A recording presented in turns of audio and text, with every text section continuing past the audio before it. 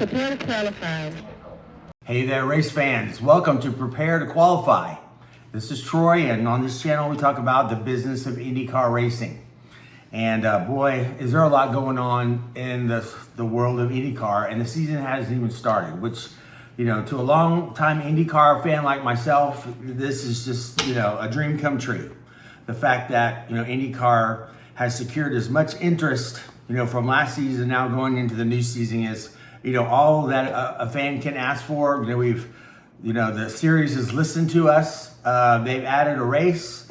Man, the controversy around that race, I've never seen anything like it, and was completely unprepared for that kind of reaction between, you know, political parties and things like that. I just didn't realize that part of our world had gotten so contested, but boy, is it ever. Anyways, just, you know, glad that we're going to get to showcase the sport in front of the whole nation on, you know, the nation's birthday and 250-year birthday. It's quite an honor, and you know, I'm very proud of the fact that you know, the administration and people in Washington asked IndyCar to do it. So I mean, I think.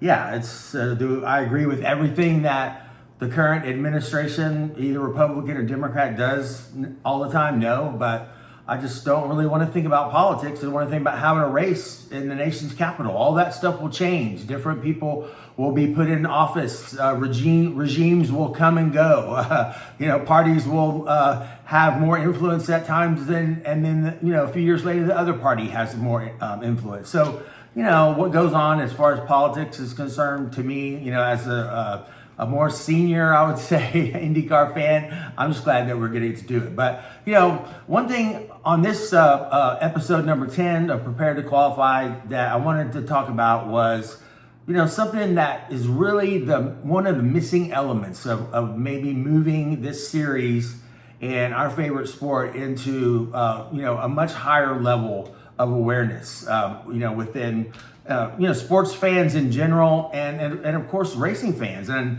I was watching one of Marshall Pruitt's podcasts this week, and he was interviewing Will Power, and of course I had to see it. I mean, I watch everything that Marshall Pruitt has out. I mean, he's the best when it comes to doing, you know, covering the sport and being in the right place at the right time and asking the right questions. And boy, does he have access to people.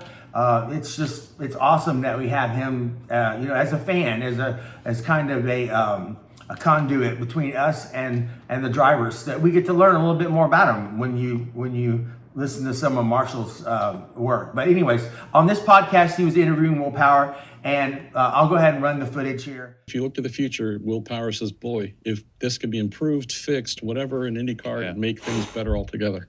What comes to mind? You mean on the marketing side or on the car? Like, honestly, it has progressively got more professional, more depth of driver, more depth of team, more money in the series. It's all headed in the right direction. Maybe not quickly enough, and you know, you can sit back and say we need to put millions into marketing and this and that, but you know, Fox owns a third of it now.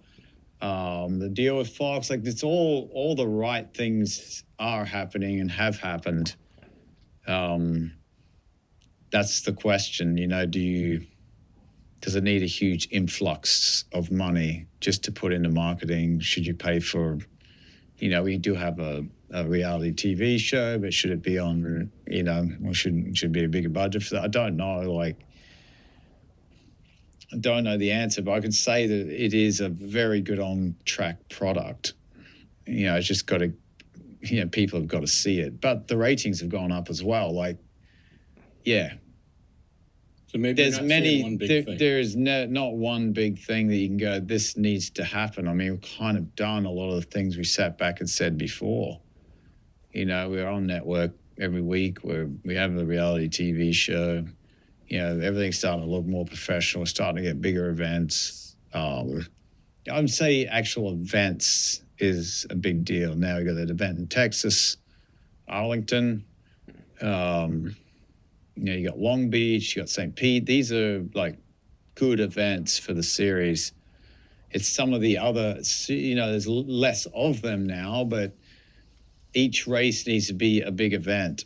That's that really counts. And it actually even matters what people see when they are flicking to a channel.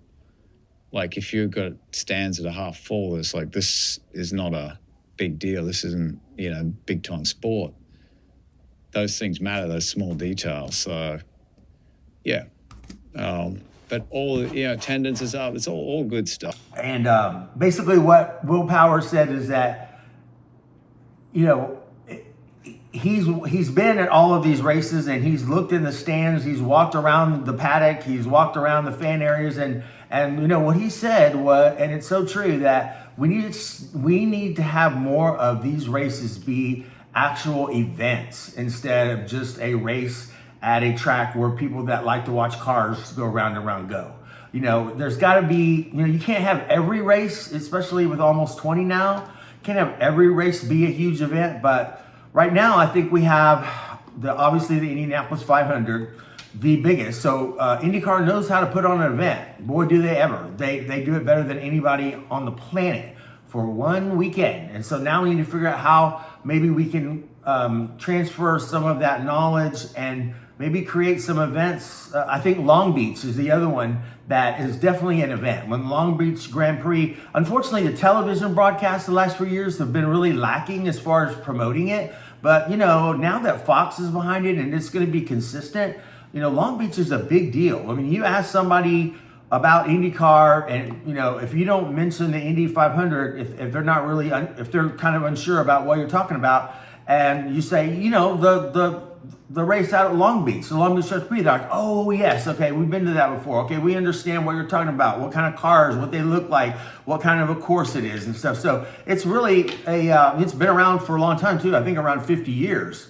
So it's had some awesome winners. So yeah, Long Beach Grand Prix is the other one that I think is an event. Maybe Nashville was at the end of last year was a pretty good event, just because it was the season finale, and there's so many things that are tied to Nashville and fun and events. And so basically on this episode, what I want to do is come up with some things that that maybe could take a race from just being a regular race to an event. And this is also something that I've heard Doug Bowles talk about a lot. He's so great on his interviews and podcasts too, as far as explaining things, the real reason behind things and stuff. But he agrees, like, we need to have more of these races, events. Like Milwaukee this year is a great opportunity to do a doubleheader and have that be an event, because most of the racing series don't do double headers, and if they do, like one race is kind of an exhibition like F1 does or whatever, and then the real race is the next day. No, Milwaukee has two full, withstanding separate races on 2 separate days, and you got all the qualifying and the practice and stuff that goes along with that. So that could be a big event too. So like I said, we're here on this channel to talk about how we as fans of IndyCar can help grow the sport. And here's just some things that I thought about when it comes to taking a regular race and making it into an event. The first thing I thought about is to publish the prize money that drivers and teams are going to make if they win the race, or if they come in, the top 3 and they're on the podium, or they're in the top 10 or whatever. I think it's really interesting. I'm a golf fan too. And I also watch tennis and a lot of the sports that are individualized and not a team sport. And it's really cool to notice, especially in the PGA Tour, to notice a field of 100 golfers, and then to look at how much the person that won the tournament made versus how much the person that was down in position number 50 made, and realize that a couple of those putts on that final 18 for the person that was in 50th place, made a few $1,000s difference, whether they made it or not, or where some kind of a rule issue or whatever caused a stroke penalty, or something like that makes a difference on how much money they make, where they fall, as far as when the tournament is over. And an IndyCar race is similar. You could definitely publish some of the prize money. I don't know if that's something that IndyCar wants to do. I've never really seen that before.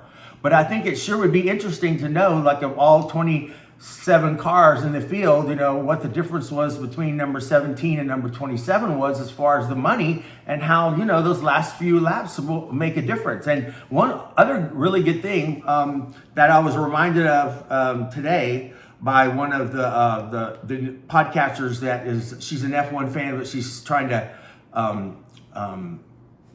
get more people interested in IndyCar.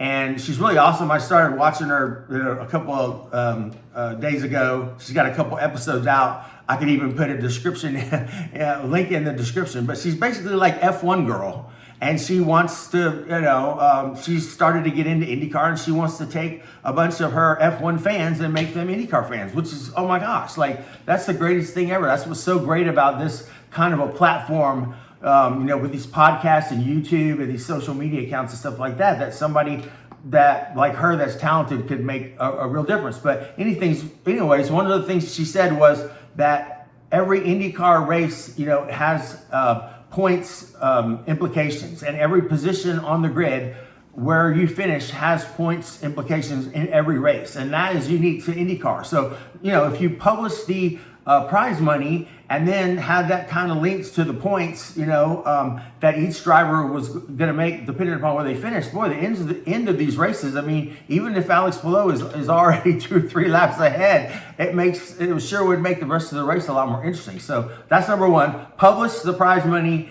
for the entire field based on where they finish. Number 2 is to develop travel packages that are unique to some of the areas that we're going to. Have IndyCar start promoting, say, for the race in St. Louis. Have them start promoting, deals for the weekend to go to St. Louis, like right now, to us fans that have been to races before, that they know will travel to races. I mean, it's easy to keep track of that information now, to find out who goes to races and what their email addresses are and what their social media accounts are and stuff like that. So let's start getting some travel packages that just make it interesting, and put 3 or 4 different packages together from different companies, like Southwest or American Express or Marriott Bonvoy, things like that have the hotel, have maybe some restaurants and stuff that they can go to. Like in St. Louis, have some of the things about the city that are unique, like the arch and things like that. Put it all together and put it in a package and start sending it out to people now. I mean, I think that would make a huge difference as far as, getting people to come from out of town. And the more people that travel to an event or a race makes it an event, right? So that was number 2. Number 3, obviously, we do this and we've seen this at Iowa. I mean, add the entertainment, the concerts, any kind of like make a festival, like tie it into, I think Milwaukee has the county fair going on at the same time, sometimes where we've had IndyCar races, and, put all that together to make it an event. And also, have camping available. Try to find ways that there can be availability to campsites that are either, within the grounds of the track or just right outside the track. You will definitely attract more people, if you can let some of the people that love to do that kind of stuff. And hey, I mean, who doesn't want to go for a weekend and park their RV and just drink beer and watch racing all weekend? I mean, basically, that sounds like a lot of fun. So again, if you add any kind of entertainment, concerts, or I know Circuit of the Americas out here in Austin where I live, they're basically opening a Coda Land, like a whole amusement park, so that when you go to an F1 race or MotoGP or even NASCAR, you have a whole group of rides that you can, go off and ride, or have your kids go have some fun out while you're, watching the qualifying or things like that. I mean, that's pretty cool. I mean, and boy, have they done a good job. They got some roller coasters out there that are about to open that, compete with anything at Disneyland or Universal Studios or anything like that. So, you can add that. Number 4 is have ticket packages that basically go with different demographic, economic groups. So, maybe have a ticket package where if you buy 4 of the general admission, tickets, everybody gets a little diecast car, or which, I know it would be hard to do because the diecast is, I never can figure that out. I'll talk about that at the very end. But yeah, just have some ticket packages that, maybe for affluent people that want to come and have access to some of the drivers, and maybe even have a ride in the 2-seater before the race, or have access to the garage areas during practice, or things like that. Put ticket packages together that are attractive to the different economic groups. So a big family that maybe has kids, like the Grand Prix of Arlington, Java House Grand Prix of Arlington, has kids free. That's a great idea, and that's making it more of an event. Gosh, you get just more and more kids, and they start talking to their friends at school. I mean, I know because I have my daughter is a school teacher, and the kids love anything like that. Any kind of like die-cast. If everyone was to get a car and get in free, if their parent bought a ticket, stuff like that. It just makes it a bigger event. So, put together different ticket packages to interest the different groups of fans that are coming to the race. So number 5 I have is sponsor influence, and sponsors, they either can have a ton of influence or hardly any at all, and it's basically up to someone, I think, kind of pushing from the back end and pulling from the front, as far as to get them to do some of the things that we need as a series. I mean, yes, they like being a sponsor. They like seeing their name on the side of the car. It's pretty cool. They could put some maybe ads or some displays in their corporate offices or whatever that shows that they're a sponsor of the so-and-so car, which is all that is great. But to get them to actually like get involved in an area, say like United Rentals that sponsors Grand Rahal, have them put together something in a city where they have a lot of customers, where they have a big, customer base, where they have a lot of facilities, like one of their large markets, it would say, we have a race in this town, and United Rentals will put together, a promotion to, everybody that comes in the store will see like either, like a sign or a stand-up, of Grand Rahal with, hey, here's the race and here's when it's coming up. Like I said, just to make people more aware of it. Anywhere you can put stuff. I mean, that's what it's about. I was a pharmaceutical rep for, a long time. And basically what we used to do back in the day when we were allowed to do it was just flood doctors' offices with all kinds of like branding things, like clocks on the wall, tissue paper, a bathroom sign that had, your drug name on it, all that kind of stuff. Well, that's the kind of thing, that kind of stuff is branding, and, it works. The more stuff you have around town that shows that this is coming, the bigger event it's going to be. And so sponsors have a big influence on that. And I think IndyCar really needs to have people that deal directly with the sponsors, in each race, and how to pull through more business or more awareness or whatever, and put together little promotional things before the race so that fans know what's going on. Any kind of action, and we have great action when the race is on, it's going to be awesome. We know that. That's a whole separate deal. But if that action is in the heart of the city, in a city that's really cool, or in a really beautiful area like Laguna Seca, or in downtown Nashville or downtown Denver, I've heard talked about before, places where people will be like, wow, that is a beautiful place. And look, we have race cars going 180 miles an hour going through the streets or going through the hills, things like that. Where the race is and stuff is a big deal. And, finding races that are in pretty areas where that will attract more fans definitely works. So anything that IndyCar or the promoters can do in these cities to kind of highlight the fact that this is a once in a lifetime place to go to see race cars, that environment and the whole aura of the thing is going to be something different that you've never experienced before, And that's another thing too. I've always kind of had an idea of promoting the whole, hey, just go to a race once. And if you're at the race physically and you don't want to come back and see another one, or you don't want to watch it on TV, then that's okay. You're not a person that's ever going to like racing. Like, it just doesn't resonate in your, in your DNA and your personality and the things that you're ever going to like. But for the most part, people like me, when I was a kid, the first time they hear the sounds and they see something, 2 or 3 cars going through a corner, where there's only a few feet, and that kind of stuff it's addictive. And that's what we have as IndyCar fans. We have the best looking and sounding cars out there by a mile. And I'm telling you, you get somebody to a race and they're hooked. I haven't never had anyone that I've ever taken not be interested after that, or not still like texting me, 3 or 4 years later about a race in Portland. That's the kind of thing that gets people interested. So, put races in places where it's cool, where there's kind of a vibe. And IndyCar's done a good job at that. I'm just saying, if we were going to take or add new races or take some of the existing races and elevate them to event status, that may be something that we would want to promote. Number 7 is social media influencers. Sorry. My kids, every time there's a race last year, when they would see a social media influencer that they knew, and sometimes I knew who they were, and fortunately sometimes I didn't.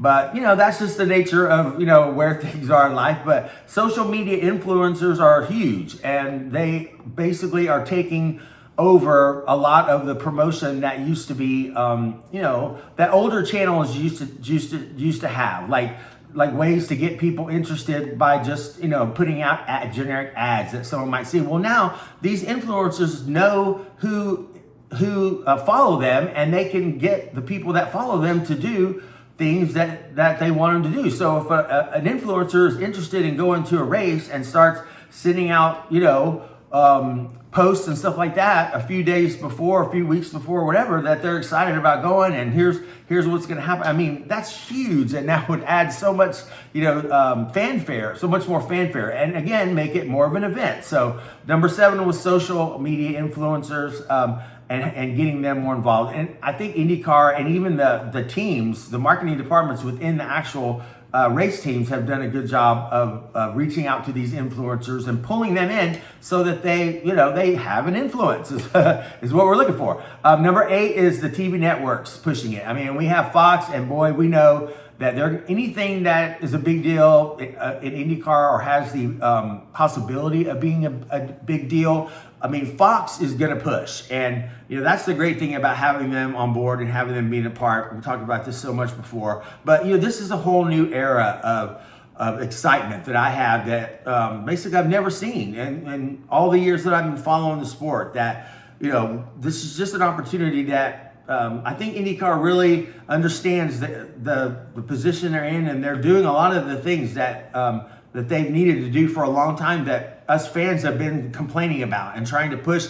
IndyCar, I mean, Doug Bowles, I have to give him all the credit. He listens, and when he hears something that is a good idea, it doesn't matter who it came from.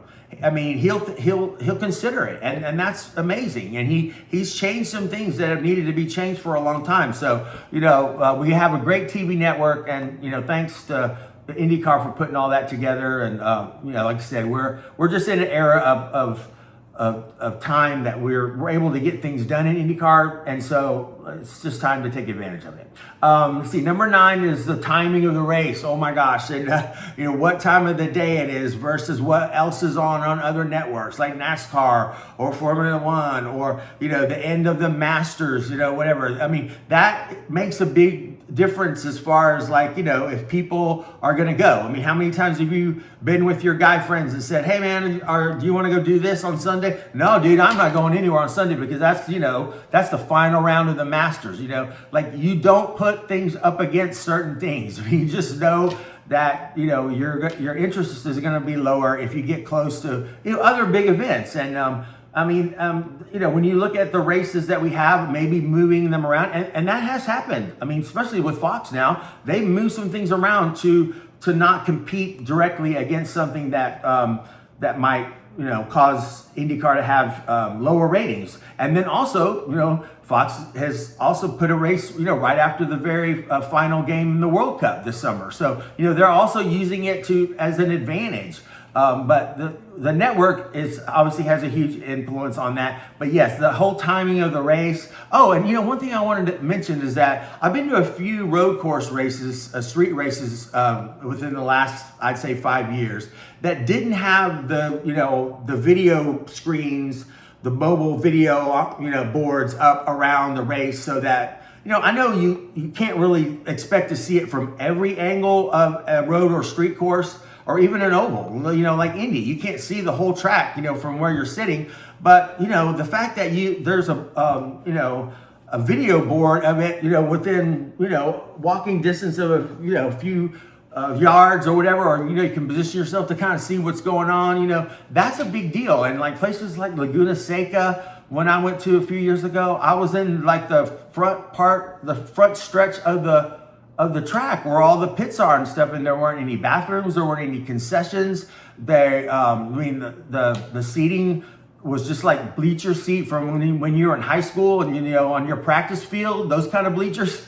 And so it's like, there needs to be video monitors around most of the portions of the racetrack where the people are going to be sitting or standing. That makes a big difference. When you are at a road course and you see them come by, the cars whiz by, and then 3 minutes later they come by again. So it's hard to really get in and understand what's going on in the race. So having those monitors around is what is really important, and hopefully, especially at Laguna Seca, since it's the last race of the year, the final points race, the championship race, that they will do a little bit better job to make it, like I said, more of an event. That's what we're talking about here, is making, taking a good race and making it better. So the last thing is number 10 is the relationship that the race has to the championship. So, in IndyCar, it's really cool that, we have a championship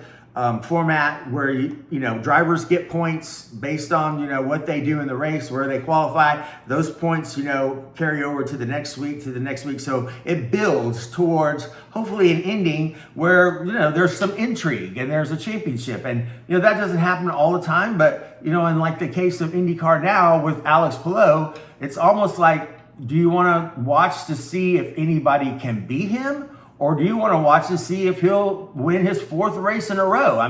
It really brings some intrigue to it. Some people like the whole underdog. Can anybody beat the champ? And then some people I love watching the champ beat everybody else. So, pull that into any of the races that we have, especially after Indy, to try to build interest and build up, those races more of more to, an event status. By pulling in the championship, and hopefully the championship is competitive. And, like I said, even if it's not, it may be worth watching just to see how far of a lead that the champion can get. But IndyCar has been doing a pretty good job at that, and a lot of it has to do with how the season plays out. But taking those races after Indy, making them a little bit more important to the overall championship, and promoting that, and maybe, putting that out in more social media posts and stuff, which IndyCar will do and everything, and are doing. And that's the great thing about all 10 of these, is that there's not one of these 10 that, right now in 2026 with the people running IndyCar, that I don't think that they would look at and go, that might be a good idea. Or, what? It might not. Or we can't really do that right now based on, certain restrictions or requirements or whatever. But, all 10 of these things that, I came up with here. And, if you want, put some, add some ideas, in the comments and stuff. And I've never said this before, but if you want to subscribe, this is episode 10 or wow, I'd really appreciate it. But yeah, the thing that's great is that we can come up with these things, and IndyCar will listen. The more and more content that we put out, the more posts that we make, the more comments on other people's posts that we make with with things that could improve IndyCar, or maybe something that's not working, or people complain, obviously, and that's okay. But just complain, in a constructive way. But the thing is, IndyCar will listen. And I don't think that's ever really been the case since I've been, really into this sport. It's a great thing. So, let me know what you think in the comments. Just a couple of things real quick before we end. I know this has gone on a little long, and I appreciate you watching, but wow, I did order, I'm the diecast king. If someone will just put me in charge of the diecast situation with the IndyCar series, I can literally quadruple the amount of revenue in 1 year that that these teams are making off of these die casts, because it's insane how bad it is. I just don't understand it. I mean, F1 and NASCAR are coming out with all kinds of different die casts in different ways, and racetracks where we've seen the Formula One where they have all the cars. They literally have all the cars in Formula One with the exact logos that they have, like a Hot Wheels thing where, they drop down in a racetrack and they go round and round through curves or whatever, that's designed to see, which car that rolls better, just like a Hot Wheels car at the end will win. And freaking kids love that. I mean, and we're still trying to come up with just basic die casts. I ordered the die cast for the Grand Prix of Arlington on January the 3rd. And at that time, it said that they were going to be sent out around January the 15th. I thought that's what it said. But anyways, I ordered it on January the 3rd. It's $110. And I have a doctor that I'm friends with that I've been trying to get to go to a race forever. And this doctor finally said that he wanted to go, that he's interested, that he's kind of been checking it out. He wants to go see it. I told him, okay, I will get you a die-cast replica of one of the cars that you can put here in your office where lots of people will see it, lots of traffic will go by, and people will go, oh, wow, that's the race here. Oh, when is that? That's what the things are for. They bring attention to the sport. Well, I ordered it on January the 3rd, okay? I still don't have it. And I even sent an email to Indycar customer service and like, hey, I paid $110 for this, which is almost double what they normally cost. And it's still not available. And it's February the 5th or 6th. It's like unbelievable who's in charge of doing these die casts. It's not like we have a different car that we have to go back and change the die to make. That's what a die cast is. You make a die of a certain car and you pour the metal in there and you squish it together and it comes out as the car. Well, we haven't had to change that in over 10 years. So how long does it take to do these die casts? And I want this because I'm going to see this doctor in a couple of weeks and I want to give it to him before the race. The race is March the 15th. So anyway, that's a little update on the die casts, Grand Prix Arlington. I hope I get mine soon. And when I do, I'll definitely show you guys. But I'm very, not upset, but just, yeah, that's still one of the things, of all the things we talk about, all the improvements that, whoever's doing the merchandise, has got to come up with some better deals. But, and again. And then another thing, I have been kind of checking out the F1 and their testing in Barcelona and, seeing a bunch of the comments that F1 fans, make when someone, says anything about IndyCar. And, F1 fans are always like, yeah, who wants to just sit there and watch the cars go round and round in circles or whatever? Well, I hate to say it, but a lot of the F1 tracks are also loops. I mean, they're not perfect circles, but they still go round and round and round in the same configuration. So the good thing about an oval, obviously, to any F1 fan out there that would watch this, is that the speed builds. You don't have the turns to get in the way of the speed. So, it just keeps getting faster and faster and faster and faster. And the tires keep going down, down, and down. And your fuel keeps going down and down and down. And, that's the strategy around the oval and the beauty of it. Now, I know IndyCar can't have an oval every weekend. And nowhere, I don't think I would want that. But, maybe one more good oval would be cool. And I noticed that Mick Schumacher was testing at Homestead this week, and I just saw a little glimpse of a car on the Homestead track, and I was like, man, we have to go back here. I mean, it's a huge market.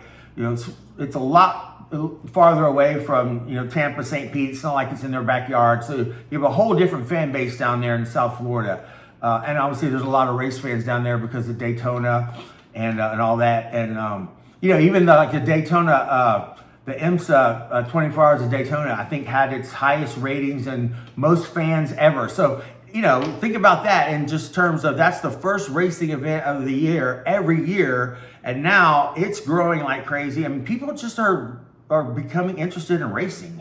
Racing is cool. I mean, I've been through areas where racing was kind of stupid and people were like, why would you watch that? Or, well, now it's cool. And you know what? I'm just ready to help fuel the growth and make things better But yeah, the F1 fans are funny. They act like that IndyCar is just ovals the whole entire season, where, obviously we have it split up between road courses and street tracks, and then we have ovals, and then in the ovals we have the short ovals, and we have the super speedway. So there's really 4 different kind of tracks that IndyCar races on, and that's what makes the sport great and unique. So, and let's see, the last thing I had was, I was trying to talk about Colton Herta, and a lot of people have been saying that should he drive in the Indy 500 or not, and just obviously he can drive in the Indy 500. He's skilled enough to do it. He's done it before. He has a chance to actually win the Indy 500 if he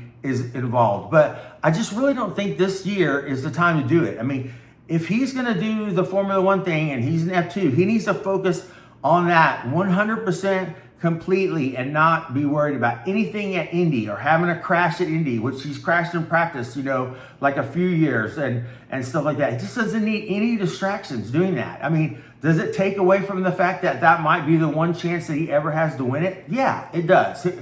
But he can come back for 4 or 5 years down the road and race the Indy 500 until he's 40 something. But for right now, if he's really going to do F1, he needs to focus on what he's doing. I mean, he's doing the right thing. He just needs to remain focused on that and not take anything away from that. And I think this year's Indy 500 would definitely be something that might be a little too much for him. And, he's kind of got the reputation of the entire IndyCar series on his back. And, the fact that he had the nuts to do it, for one, I give him credit for it, and that's why I love the guy. So just stay with the Formula One, Formula 2 thing. Work on getting to Formula One, where you're driving one of those Cadillacs, around those turns, beating some of those other teams that have been in it for a long time. That's what we want to see. That's what the IndyCar series is basically, like hoping that you'll show that our drivers are not only as good as drivers in F1, but you know what? They're better. So I think Colton Herta should stay away from the Indy 500 for a few days. Just a couple little marketing things that are cool. I saw IndyCar sending out like a post or a notification on like for every day of time that there is left before the season starts. So like they had 26 days to the St. Pete, the start of the season, and it showcased the number 26, Willpower. And I just thought that was really cool. The fact that they is it Willpower that's number 26 or is he 27? Oh, yeah, 27 was Kyle Kirkwood, I think. And so at 27 days, they had Kyle Kirkwood's face and then the next day, I got one that had Willpower, number 26 days until the season starts. So, when they get to number 10 days, before the season starts, they'll have Alex Palou and they'll say 10 days. I just think that's a cool idea. And again, that's helping people remember who the drivers are. And that is the key. That's what has made Formula One and NASCAR so huge, marketing wise, is the fact that people resonate with a certain driver, and IndyCar marketing and promotion is doing a great job with things like that. Anyways, I think that is all that I have for this week. There's so much going on that, I appreciate anyone that's watched this. I mean, like I said, I love the sport. I love the drivers. I love the races and stuff. I just want to make sure that the fans continue to help IndyCar on this unbelievable growth spurt that hopefully elevates us to a status that we can maintain, and then just sit back and enjoy the beauty of it. We're getting there, and IndyCar is doing a great job. So thank you for watching, and thank you for spending your time hanging out with me today. My name is Troy. This is Prepare to Qualify, and I'll see you next week. Prepare to Qualify.